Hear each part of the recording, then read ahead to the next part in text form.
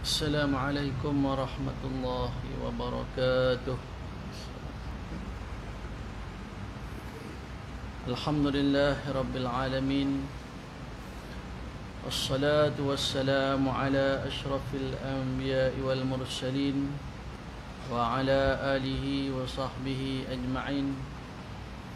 Rabbi shrah li sadri wa yassir li amri wa hlul 'uqdatam min lisani yafqahu qawli.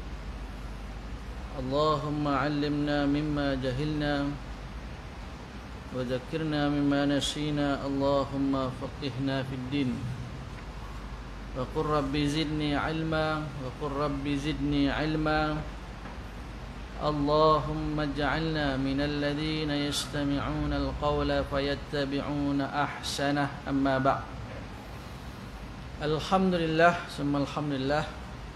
Tuan-tuan, perempuan yang dirahmati oleh Allah Subhanahu wa taala, bersyukur kita kehadrat Allah Subhanahu wa taala kerana dengan taufik, hidayah, inayah daripada Allah, pada malam ni dapat kita hadir ke rumah Allah, dapat kita menunaikan salat fardu maghrib, dan dapat sama-sama kita duduk di dalam majlis ilmu untuk kita menyambung kuliah bulanan kita. Mudah-mudahan Allah Subhanahu wa taala mengekalkan hidayah dalam diri kita dan mencatat segala amalan kita, yang mana kita akan bergembira di hari akhirat kelak ketika mana kita membaca buku catatan kita masing-masing. Firman Allah Subhanahu wa taala, Iqra' kitabaka kafa bi nafsika al-yawma 'alayka hasiba. Iqra' kitabaka, bacalah buku kamu, iaitu buku maksudnya buku catatan amalan kita. Mudah-mudahan kita bergembira ketika mana kita melihat segala amalan yang kita lakukan sewaktu di dunia ini, insya-Allah. Amin ya rabbal alamin. Baik, kita terus menyambung pengajian kitab kita. Bagi tuan-tuan yang ada kitab, muka surat 361. Kita masih lagi di dalam seruan Allah Subhanahu wa taala tentang siapakah yang wajib ditaati. Baik, qal musannifu rahimahullahu ta'ala wa nafa'ana bi'ulumihi fid darin amin. Kata musannif rahimahullahu ta'ala,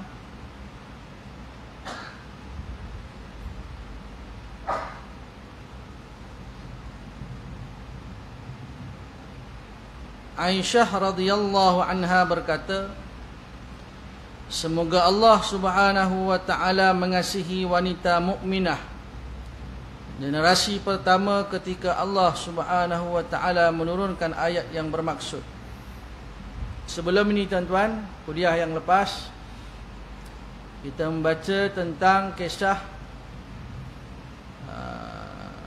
Zainab binti Jahsh, yang mana Zainab binti Jahsh baginda Nabi SAW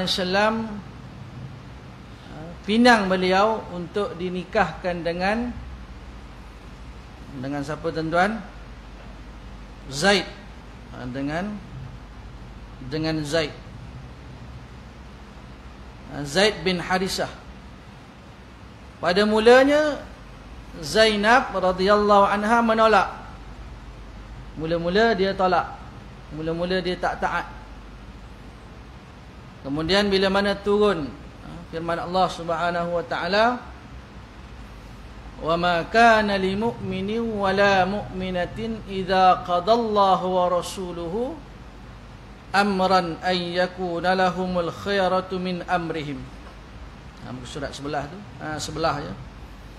Dan tidak harus bagi orang-orang yang beriman, lelaki dan perempuan.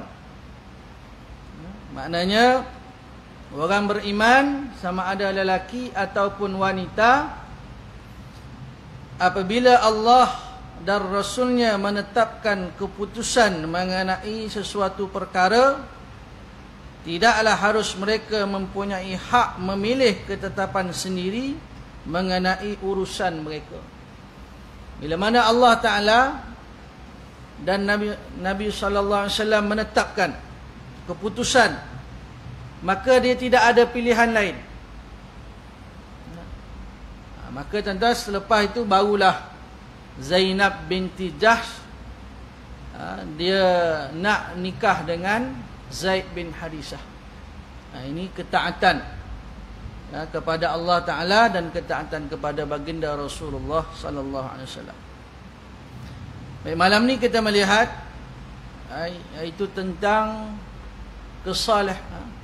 salihahnya ataupun baiknya wanita-wanita di zaman baginda Rasulullah sallallahu alaihi wasallam. Dan wanita ni kita tahu bahawa yang paling kata apa, terdedah pada diri mereka ni adalah aurat mereka. Maka Allah Subhanahu wa taala berfirman,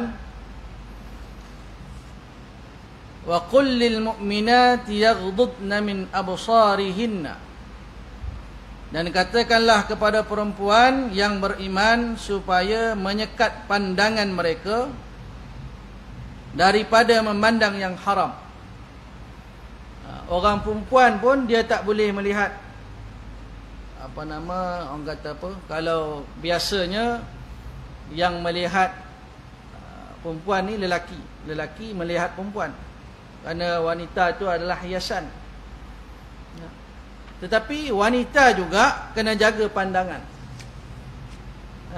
Walaupun lelaki aurat dia pusat daripada lutut hingga pusat.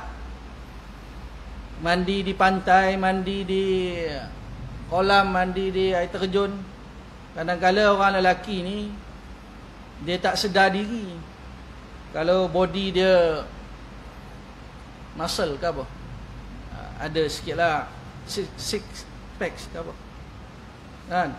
Jadi buka baju tu okey lah, kan? Ini body nak sebut pun malu tuan-tuan. Tak, dengan maknanya body borai lah, borai lah. Nak juga buka baju. Jadi kalau pakai pun tak apa, pakai dah lah.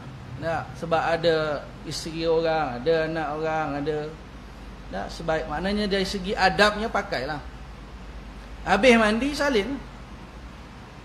Sebab orang lelaki juga dia kena jaga supaya orang perempuan tidak tertarik. Tak tertarik kepada dia, tubuh badan dia.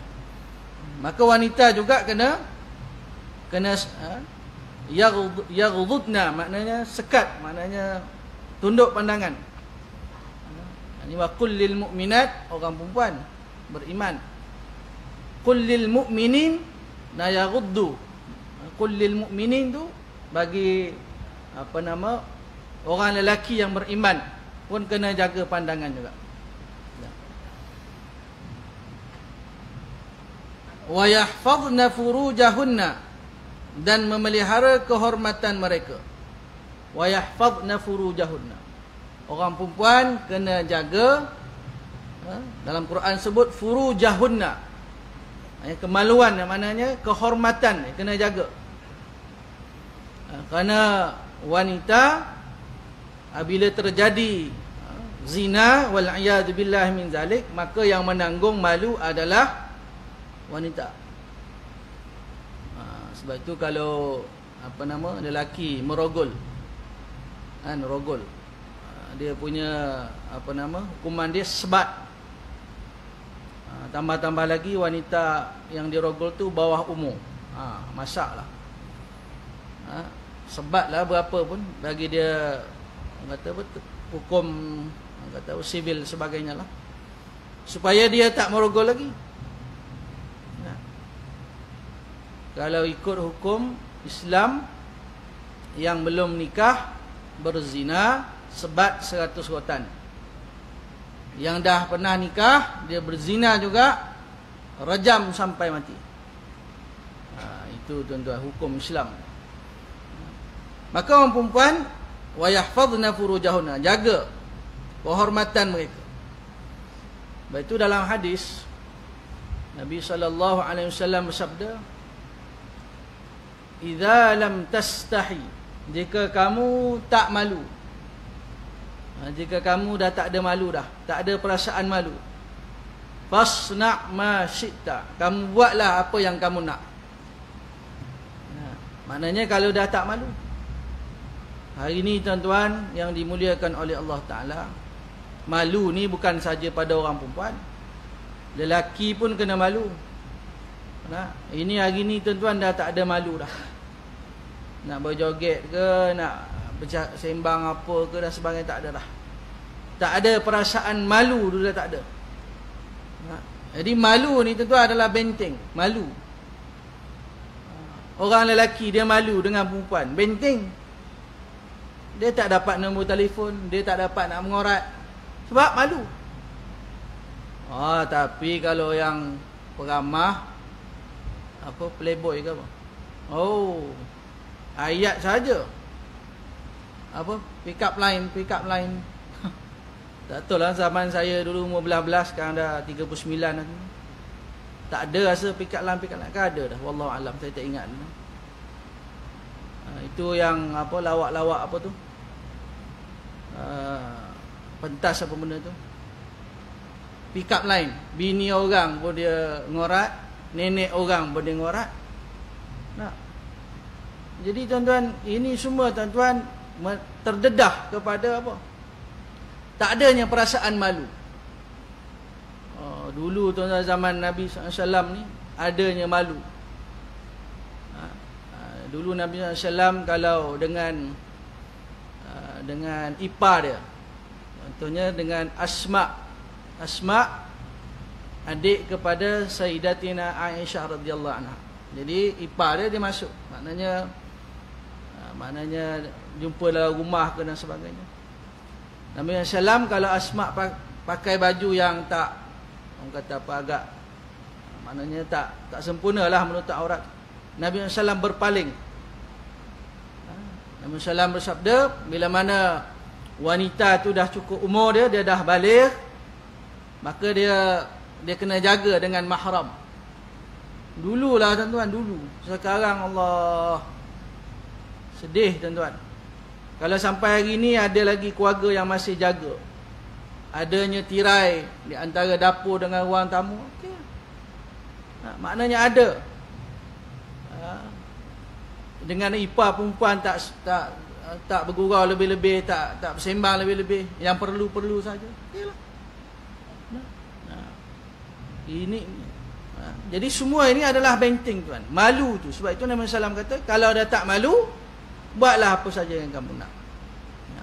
Maka tuan-tuan, malu itulah benteng, baik bagi wanita ataupun bagi orang lelaki. Baik. Wala yubdina zinatahunna illa ma dhahara minha. Jadi tuan-tuan, wanita ni yang salihah ni, dan memelihara kehormatan mereka, dan janganlah mereka memperlihatkan perhiasan tubuh mereka kecuali yang zahir daripadanya. Yang zahir ni wajah dengan pergelangan tangan. Jadi kalau wanita muslimah tak pakai niqab ke, tak tutup semua ke, tak apa, wajah dengan pergelangan tangan. Ataupun dia punya pakaian, dia punya kepala orang perempuan ni bulat, jadi dia pakai tudung, jadi bulat lah, tak apa. Dia pakai jubah, baju yang longgar, bahu dia nampaklah bahu, tak apa. Bentuk badan. Yang tak boleh adalah pakaian yang ketat. Pakaian yang ketat, maknanya pakai baju macam tanpa pakaian. Hari ni tuan-tuan, orang jual apa, ubat kurus, slim. Jadi wanita tu tuan-tuan, muslimah, dia dibayar supaya pakai pakaian ketat nampak maknanya rampingnya tu supaya nak jual obat. Suami dayus. Dayus ke dayus? Dayus. Membiarkan isteri. Takkanlah nak cari makan sampai macam tu sekali. Oh, kalau isteri saya tak buat macam tu, siapa nak bayar rumah, bayar Mercedes? Kami tak kaya-kaya lah. Jadi tuan-tuan yang dimuliakan oleh Allah, disebabkan dunia, dia tak peduli dengan larangan Allah, perkara yang Allah Ta'ala haramkan. Jadi wanita tak boleh, tuan-tuan. Dia tak boleh tunjuk perhiasan dia. Banyaklah tu, panjang lebar lah kalau nak terang satu persatu, tuan-tuan, tentang aurat ni. Wal yadribna bi khumurihinna ala juyubihinna, dan hendaklah mereka menutup belahan leher baju. Belahan leher maknanya leher, dada kena tutup. Pakai pakaian yang labuh, pakaian yang agak longgar. Longgar. Dan orang lelaki pun kalau pakai baju kena longgar sikit. Jangan ingat orang perempuan je tak boleh, mana ketat, orang lelaki pun tak boleh juga. Dia kena lebar sikit. Jangan pakai pakaian ketat. Maknanya seluar ni ketat sampai dia nak sujud, dia nak sujud rokok pun payah. Ketat sangat. Orang lelaki pun tak boleh. Pakai yang agak longgar sikit. Ya. Kerana bahaya, tuan-tuan. Kerana golongan lelaki adanya golongan apa, gay dan sebagainya ni. Bahaya dia orang ni. Yang main-main, tuan-tuan, nafsu ni dia tak kira. Jadi pintu-pintu tu maksiat, pintu-pintu zina tu tutup. Kalau tak, dia jadi. Sebab tu saya heran, tuan-tuan, juru-juru make up tu, dia mesti jadi pondan ya baru boleh make up ya. Kalau tak jadi pondan, tak boleh make up. Kadang-kadang tu gemuk. Minta maaf cakap tu, terus terang lah. Kadang gemuk, tapi suara dia halus. Jadi yang di make up tu artis perempuan. Artis perempuan tu tak takut pun dengan dia. Dia kata duduk berdua pun tak apa, khalwat pun tak apa. Dia ni memang pondan 100%. Dia belum tahu lagi kan. Mana tahu datang dia punya syekh dia, habis kau. Kau boleh kira manusia ni kan. Jadi orang kata apa, semakin ramai, bertambah-tambah. Jadi tuan-tuan, pintu-pintu fitnah ni kena tutup. Kalau tak, tuan-tuan, tak susah. Tak ada kesudahan dia. Tak ada kesudahan. Sebab itu Nabi SAW larang semua, tuan-tuan. Baik. Maka dia tak boleh, maknanya perlihat perhiasan dia, dan dia hendaklah pakai menutup belahan leher baju dengan tudung. Kemudian maknanya menutup aurat lah. Patuh syariah. Wala yubdina zinatahunna illa li bu'ulatihin. Jadi mereka ni, dan janganlah mereka memperlihat perhiasan tubuh mereka melainkan kepada suami. Boleh perlihat hiasan, tapi kepada suami. Kemudian juga kepada mahram-mahram mereka. Maknanya bukan tunjuk perhiasan, maknanya kalau mahram tengok tak apa. Aurat dia daripada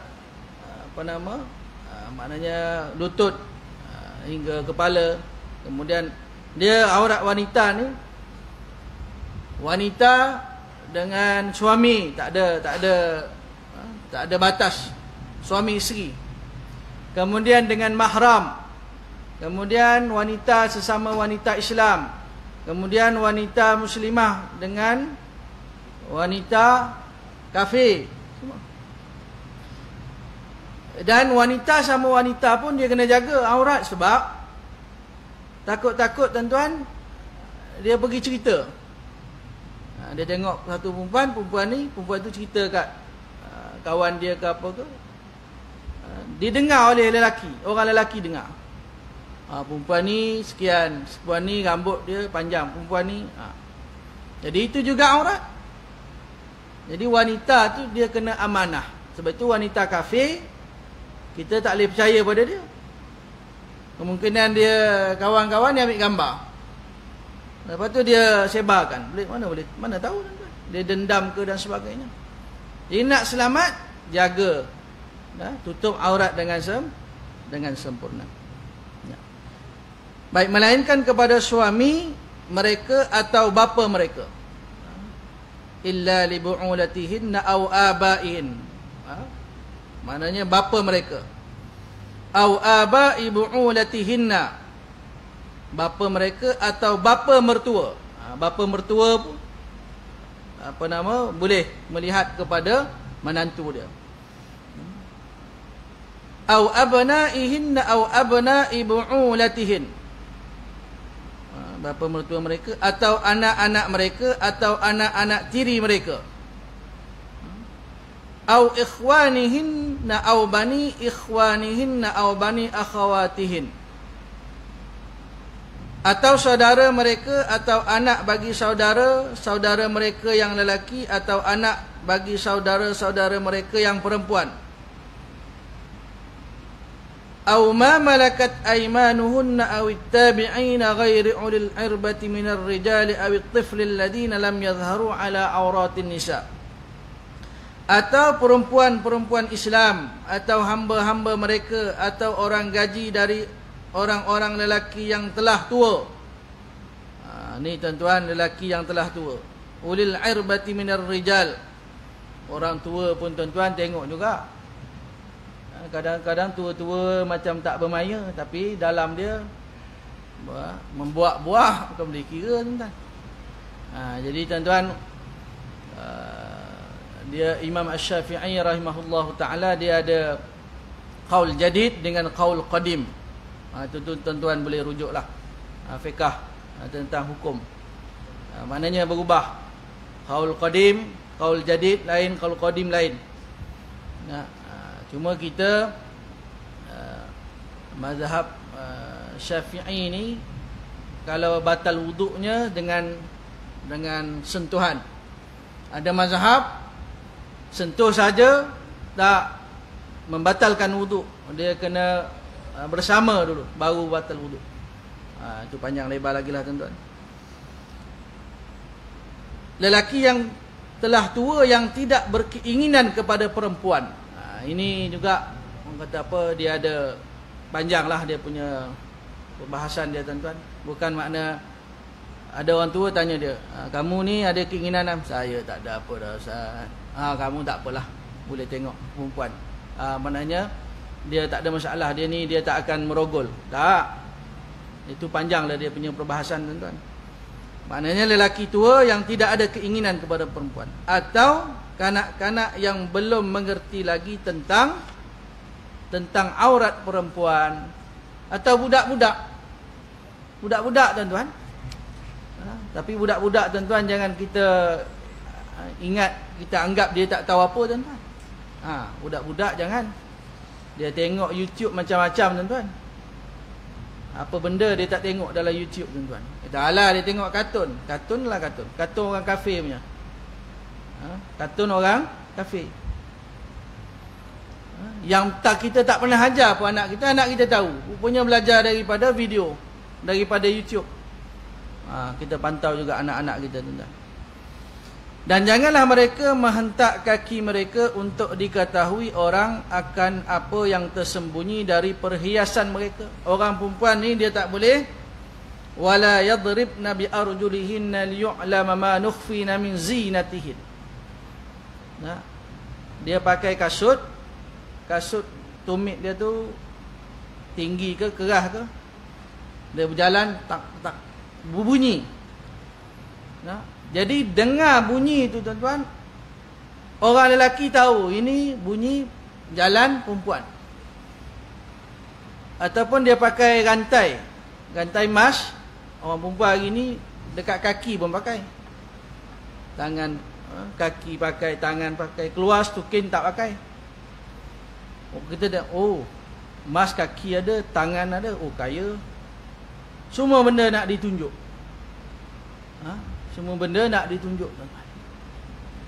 Sebenarnya tuan-tuan, bunyi pun tak boleh, apalagi tunjuk. Bunyi pun tak boleh. Sebab itu tuan-tuan, di zaman Nabi SAW dulu.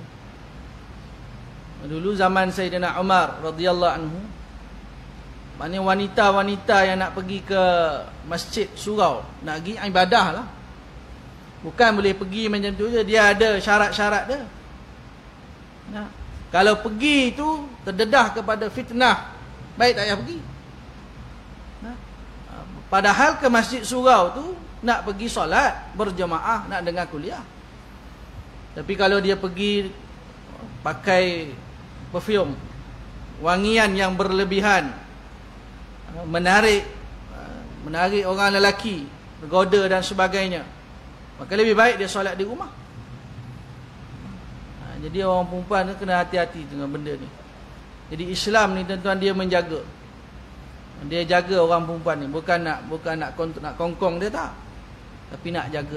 Sampai bunyi pun tak boleh. Jadi kita kiaskanlah, kalau bunyi tak boleh, kalau yang lain perhiasan-perhiasan. Orang jual apa? Makeup, alat makeup. Muka asal tak lawa pun. Nak dia letak dalam mata tu apa benda? Masuk biru mata dia. Lepas tu makeup. Dia makeup sebelah tak makeup. Lain. Sebelah ni tak tahu apa lapis. Makeup. Itu semua tabarruj. Tabarrujal jahili. Tabarruj seperti mana jahiliah dulu. Nah, hari ni makeup dah biasa dah. Kita kalau orang rumah kita, ipar-ipar kita, saudara mara kita tak biasa dengan makeup, kita biasa tengok orang rumah ke saudara-saudara kita tak makeup.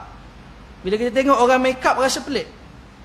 Dia ni tak rimah ke muka dia dengan bulu mata palsu, tak rimah ke dia ni? Kita pun tengok rimah. Tapi dah jadi biasa dah. Kalau dia tak makeup, orang lelaki tengok dia tak menarik, tak menawan, tak boleh. Dia buat alasan untuk tambah keyakinan. Malah ada kelas-kelas untuk cara jalan. Ada satu video tu saya tengok, tak tahulah sahih ke tidak. Wanita tu tudung labuh. Jadi pakar fashion ni ke apa tak, dia kata labuh sangat tak boleh, dia kena singkatkan lagi. Jadi yang ajar tu lelaki, dia pegang tudung tu, dia tarik sikit. Tak tahulah mana tempat tu. Wal'iyadu billahi min zalik. Apa nak jadi tuan-tuan di Malaysia ni, berlaku perkara-perkara yang begini ni. Jadi mudah-mudahan Allah Subhanahu Wa Taala beri taufik hidayah kepada umat Islam, kepada wanitanya, kepada lelakinya, jadi suaminya tuan-tuan. Tegur anak isteri tuan-tuan. Ini perintah Allah Subhanahu Wa Taala. Baik. Wa tubu ilallahi jami'an ayyuhal mu'minuna la'allakum tuflihun. Dan bertaubatlah kamu sekalian kepada Allah, wahai orang-orang yang beriman, supaya kamu berjaya. Yang anda lepas-lepas tak pernah taubat pada Allah. Taubat, berubah tuan-tuan.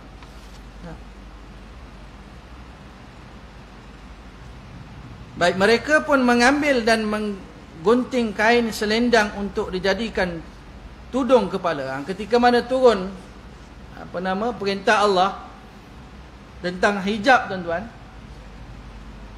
sahabiah ni, wanita-wanita ni, dia gunting kain selendang tu, dia tutup kepala dia. Dia tak bergerak, melainkan dia dapat kain untuk dia tutup kepala dia bila turun ayat hijab ini. Allah, sebab tu tuan-tuan, ada perempuan Allah beri hidayah kepada dia, dia terbaca firman Allah tentang menutup aurat. Maka dia baca-baca, terdetik dalam hati dia, Allah beri hidayah, Allah jentik hati dia, lintasan dalam hati dia, maka dia pakai tudung. Jadi agaknya yang belum pakai tudung lagi ni, Allah belum lagi jentik hati dia lagi, tak ada kesedaran lagi. Dia masih tunggu seru lagi. Tunggu sampailah dia mati, dibalut dengan kain apa tu? Kain kafan, bertudunglah elok je. Masih hidup tak nak pakai, mati dipakaikan. Tengok jenazah, oh elok tak dia pakai tudung. Sebab waktu dia hidup, waktu hayat dia tak nak pakai tudung. Mati tetap kena pakai juga. Baik dia pakai masa dia hidup. Sebab itu tuan-tuan, nak beri hidayah kepada orang ni bukan mudah. Bukan mudah. Nah, kalau Allah Ta'ala belum lagi beri hidayah kepada dia, dia tak akan berubah. Cakaplah macam mana pun tuan-tuan. Nah, walaupun kita tahu bahawa dosa mendedahkan aurat ni, bagaimana dia azab, digantung wanita-wanita yang membiarkan rambut dia ni dilihat oleh bukan mahram. Mudah-mudahan Allah Ta'ala pelihara anak cucu kita tuan-tuan dapat menjaga aurat dengan sempurna. Baik, sewaktu ayat di atas diturunkan, sebuah riwayat menyatakan suami mereka membacakan ayat tersebut. Jadi bila turun firman Allah Ta'ala tentang hijab ni, kena tutup aurat, maka para suami baca ayat ini kepada isteri-isteri mereka. Tiada seorang wanita pun kecuali dia akan mengambil selendangnya dan menunaikan solat subuh dengan kepala tertutup seakan-akan kelihatan aneh. Maknanya sebelum tu tak wajib hijab. Bila turun ayat tentang perintah Allah wajib menutup aurat, maka tak ada seorang wanita pun yang kecuali dia cari kain untuk dia tutup kepala dia. Ini dalam kita masih lagi bincang ayat ya ayyuhalladzina amanu atii'allah wa atii'ar rasul wa ulil amri minkum. Taat kepada Allah. Tengok sahabiah taatnya tuan-tuan. Dia tak ada kata tak apalah baru sangat turun, kita berjalan balik rumah cari kain, tak apalah, tak ada masalah, baru sangat. Tak. Terus cari kain tuan-tuan. Taat kepada Allah Subhanahu wa taala. Maha suci Allah, wanita bagaimanakah kalian? Maknanya pengarang ni dia tanya, macam mana wanita bagaimanakah kalian? Kita ni, isteri-isteri kita, anak kita wanita muslimah hari ni, wanita yang bagaimana? Sebab itu penting juga tuan-tuan, anak perempuan kita, isteri kita tuan-tuan hantar pergi kelas ni, syekh ke ustazah ke tak kisahlah, kelas pengajian khusus untuk wanita. Dah kita tak boleh nak mengajar, ataupun kita ajar dia tak dengar, hantar. Supaya apa? Supaya wanita tu dia tahu dia punya tanggungjawab dia, amanah yang dia pikul. Secara tak langsung dia akan jadi isteri yang salihah insya-Allah. Kalau Ustaz Abid Liu tu dia suruh daftar ni keluarga sunnah, yang mana pergi tu semua menangis. Semua menangis. Isteri ni dia panggil bidadari. Bidadari lah masa isteri tu elok dengan kita.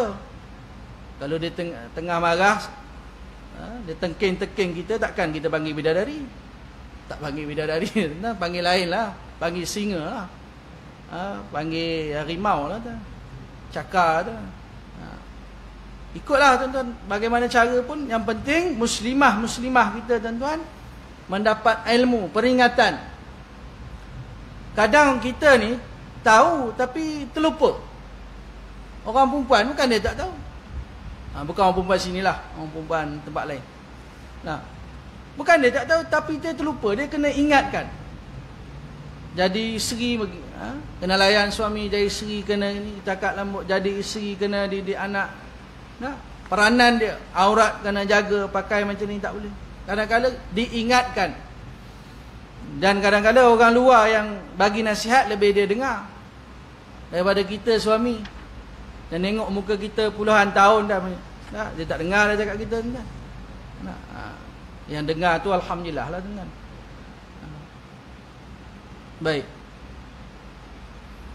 Mereka mendengar dan taat. Kata pengarang sahabiah zaman Nabi sallallahu alaihi wasallam ni, dia dengar, dia taat. Sami'na wa ata'na. Dia taat. Kita tuan-tuan wallahu alam, ada yang kita taat, ada yang kita tak taat. Sahabat Nabi sallallahu alaihi wasallam, wanita di zaman Nabi sallallahu alaihi wasallam, apa jua perintah Allah mereka akan taat. Apa jua larangan Allah, mereka tinggalkan, mereka jauh. Inilah yang dinamakan patuh, taat, patuh, tunduk.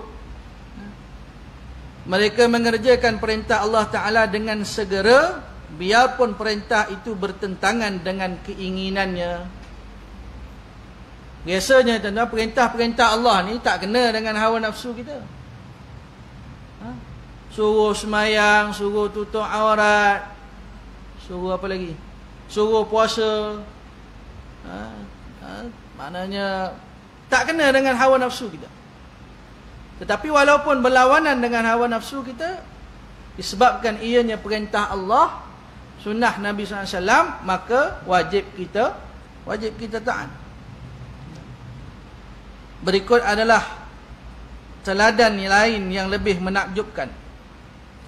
Al-Barra bin Azib radhiyallahu anhu berkata, ketika Rasulullah sallallahu alaihi wasallam memasuki Madinah. Ini tuan-tuan, kisah tentang berpindahnya kiblat. Nabi SAW masuk ke Madinah. Allah perintahkan Nabi SAW menghadap ke Baitul Maqdis. Kerana Baitul Maqdis ni tempat Yahudi. Yahudi ni kan dia tak terima Nabi SAW. Ingatkan bila kiblat berpindah ke Baitul Maqdis, Yahudi ni lembutlah hati dia. Ingat dia kata, oh samalah dengan dulu Nabi Musa, Nabi Isa alaihissalam, samalah. Betul lah Nabi Muhammad SAW? Tak, sama juga.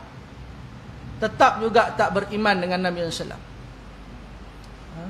Jadi masuk Madinah, Nabi SAW solat menghadap kiblatnya Baitul Maqdis. Nabi SAW taat. Baginda menunaikan salat menghadap Baitul Maqdis selama 16 atau 17 bulan. 16 bulan atau 17 bulan menghadap Baitul Maqdis. Dan sebenarnya Nabi SAW, baginda gemar menghadap Kaabah. Dalam hati Nabi SAW, dia nak menghadap kita beri laluan pada azan, makin awal isyak.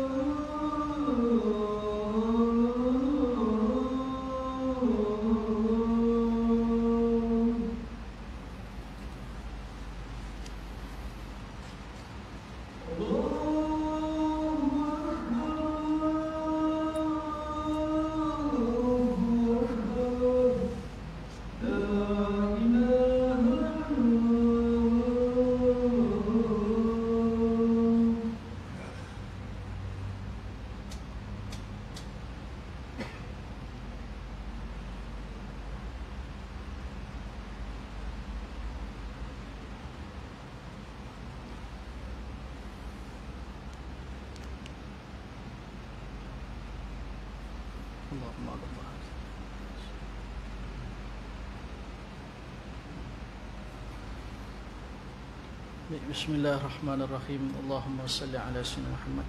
Beberapa minit tuan-tuan, insya-Allah. Ketika mana Nabi SAW memasuki Madinah Al-Munawwarah, Allah perintahkan Nabi SAW menghadap kiblat arah Baitul Maqdis selama 16 bulan atau 17 bulan. Sedangkan Nabi SAW ni, hati dia ni dia nak menghadap kiblat Masjidil Haram. Baginda gemar menghadap Kaabah, kemudian Allah SWT menurunkan ayat yang bermaksud qad nara taqalluba wajhika fis sama. Kerap kali kami melihat engkau mengadah ke langit. Nabi SAW dia taqalluba wajhika fis sama. Nabi SAW dia melihat ke langit. Maknanya dia nak kiblat itu berpindah kembali ke Masjidil Haram. Falanuwalliyannaka qiblatan tardaha, maka kami benarkan engkau menghadap kiblat yang engkau sukai. Oleh kerana Nabi SAW 17 bulan dah solat menghadap Baitul Maqdis, maka Allah SWT qad nara, kami melihat kamu ni melihat angkat kepala ke langit, maknanya nakkan kiblat itu ke arah Masjidil Haram, maka Allah Taala benarkan. Falanuwalliyannaka qiblatan tardaha, maka Nabi SAW Allah Taala benarkan, maka berpindah kembali daripada Baitul Maqdis ke arah Masjidil Haram. Dan ketika mana pindah daripada Masjidil Haram, pindahnya kiblat Masjidil Haram ke Masjidil Aqsa ke Masjidil Haram, ketika mana Nabi SAW menjadi imam dan mengarahkan kiblat berpindah Masjidil Aqsa ke Masjidil Haram, maka selepas itu sahabat beritahu kepada yang lain-lain, kiblat kita dah pindah dah daripada Masjidil Aqsa ke Masjidil Haram. Maka tak ada seorang pun yang kata, yang perlekeh ke apa ke, tak ada. Taat, sami'na wa ata'na. Cuma puak-puak Yahudi ni lah, sayaqulus sufaha'u minan nasi ma wallahum an qiblatihim allati kanu 'alaiha. Jadi dia dapat modal lah. Nak tengok pindah pula, kerana Yahudi ni musuh Islam ni, dia menunggu-nunggu. Tunggu je, ada je modal untuk dia mengejek, mempersenda baginda Rasulullah sallallahu alaihi wasallam. Baik tuan-tuan, kita berhentilah tuan-tuan pada ayat ni. Sebenarnya tak habis lagi kita baca ni. Ayat suratul Baqarah ayat 144 ni, tak apalah tuan-tuan. Kita berhenti setakat itu, kita sambung pada kuliah yang akan datang insya-Allah. Yang baik daripada Allah, salah silap daripada kekurangan kejahilan ilmu saya, kekurangan ilmu saya mohon ampun kepada Allah Subhanahu Wa Taala. Minta maaf dengan tuan-tuan, perempuan semua yang hadir. Terima kasih ucapkan kepada seluruh saf kepimpinan surau An-Nur yang tak dapat saya sebut satu persatu. Allahu a'lam. Aqulu qawli hadza wa astaghfirullahal azim wa li wa lakum. Assalamualaikum warahmatullahi taala wabarakatuh.